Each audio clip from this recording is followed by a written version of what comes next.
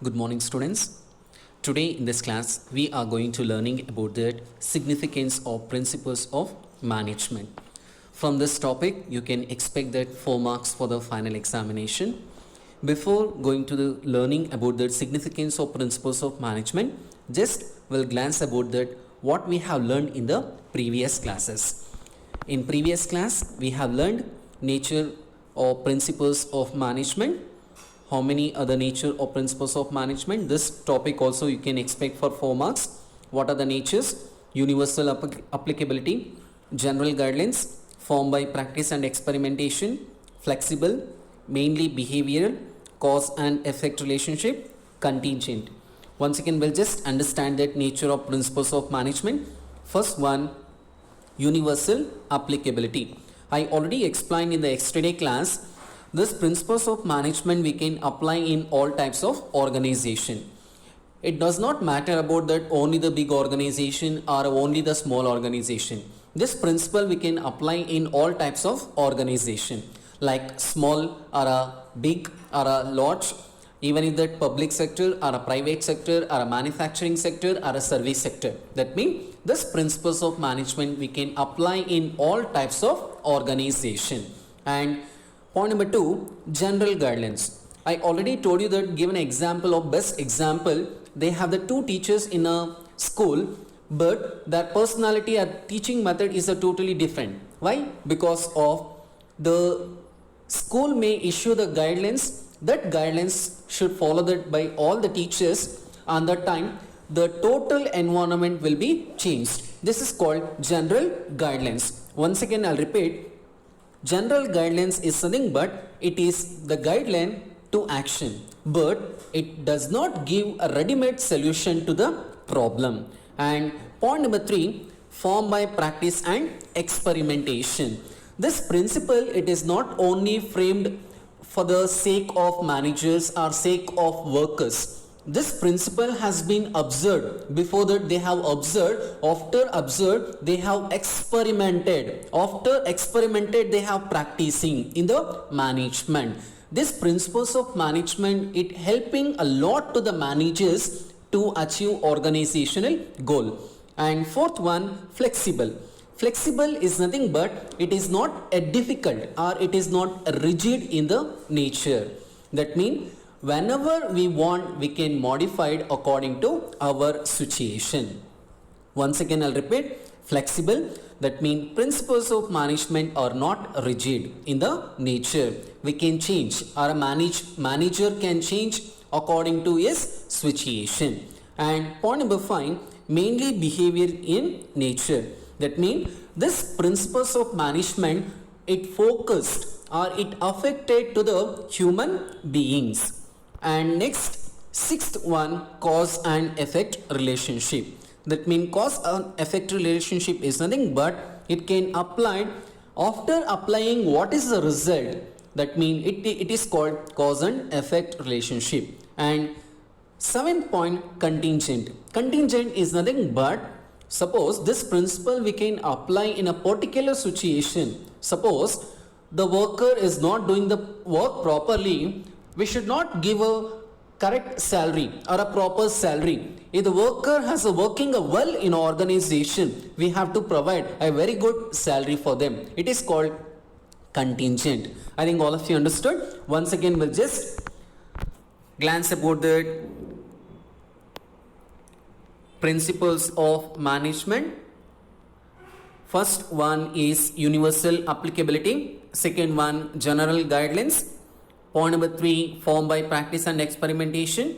Fourth one, flexible. Fifth one, mainly behavioral in nature. And 6th one, cause and effect relationship. And the last but not the least is contingency. And today in this class, we are going to learning about the significance of principles of management. This is also very important for the 4 marks. Let us see that what are the significance of principles of management. Before going to the significance of principles of management, I'd like to give an introduction about the significance of principles of management.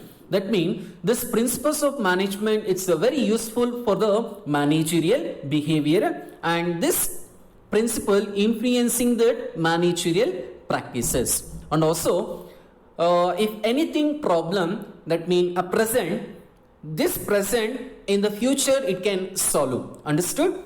Now we're going to learning about the significance. First one, providing manager with useful insight into reality. Point number 2, optimum utilization of resources. Point number 3, scientific decision. Point number 4, meeting changing environment requirement.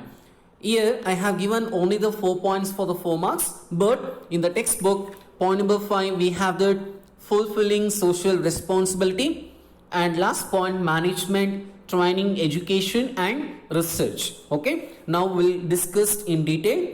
First one, providing managers with useful insight into reality is nothing but this principles of management with help to that managers into insight with a real world situation. Suppose I am a manager, I want to use this principles. This principle I can apply in real world situation. Understood? That means a manager can learn that past mistake and he can made it correct, that in the future he can save the time, with that he can increase this efficiency. I think all of you understood. First point, providing managers with useful insight into reality. Manager will applying these principles of management into the real world situation. The manager, he already learned the past mistake. He will not doing the same mistake in the future. With that he can save the time. With that time he can increases efficiency. This is called useful insight into reality. And point number 2, optimum utilization of resources. In organization, resources, it plays a very important role. Without the resources, there is no production. Understood? That means here in resources we have the 2 kinds of resources. It's a very important to the management. One is human resources, second one material. These 2 things are limited in our organization. What we have to do? We have to use optimum, that means human and material, in a good manner or in a good or a systematic manner. It should give maximum benefit with minimum cost. Understood? That means optimum utilization of resources and effective administration is nothing but, in organization we have the resources. That resources we have to use or we have to utilize in optimum or a good manner. With that we can get maximum benefit with minimum cost. We can also apply that cause and effect relationship. I already told you that in the previous nature of principles of management, cause and effect relationship. The cause is human. That means the human will using the optimum utilization of resources. The effect is maximum benefit with minimum cost. And also we can apply the trial and error approaches. Understood? In optimum utilization of resources, we can apply the 2 things, that is cause and effect relationship and trial and error approach. And point number 3, we have the scientific decision. Scientific decision is nothing but this principles of management is not framed only that according to the manager. That means it has been observed. After observing, they have developed experiments we are applying in real situation.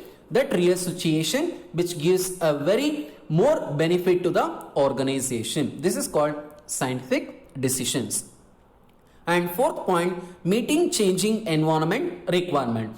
You can just look at the picture that all the people in organization, they are sitting and discussing. What they are discussing? That means they should all that follow the general guidelines. That means if they feel the difficult in the principles of management, they can modify according to with them. With that they can reach that environment. Understood?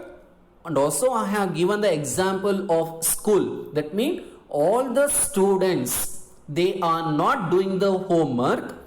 That means the principal, they have issued the general guidelines. that guidelines followed by all the teachers with the teachers, that means they can change the environment. Once again I'll repeat, meeting changing environment is nothing but in a management, that means the general guidelines they can modify, with that modify they can change the environment. And here that fourth point, fulfilling social responsibility, increases of awareness of public, with that the company can provide that social responsibility. I think all of you understand very well of significance of principles of management. In the next class we are going to learning about that very interesting topic, that is Taylor's scientific management. Thank you.